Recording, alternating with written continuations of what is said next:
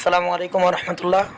বন্ধুরা, আমার একটি শর্ট ভিডিও আপনারা অনেকেই দেখেছিলেন, একটি মুরগির, যা আমি কোয়েল পাখির ডিম দিয়ে ফোটানোর জন্য বসানো হয়েছিল। আপনারা যারা সেই শর্ট ভিডিওটি দেখেননি, দেখে আসতে পারেন, আমার চ্যানেলেই আছে। ইনশাআল্লাহ আজকে সমস্ত ডিটেল সহকারে তুলে ধরবো। এই যে মুরগিগুলো দেখতে পাচ্ছিলেন, সেগুলো আমার ওই আর কি মুরগিটারই বেবি, একটা ফার্মের বাচ্চা। আর এই কোয়েল পাখিগুলোর ডিমই আমি মুরগির নিচে দেওয়া হয়েছে। এখানে দুইটা মেল এবং দুইটা ফিমেল আছে, প্রতিদিন দুইটা করে ডিম পারে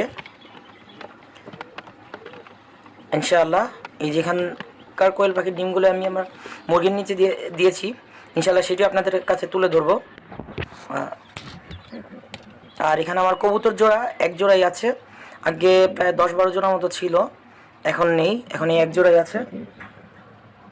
এর মধ্যে একটা বেবি আছে, দুইটা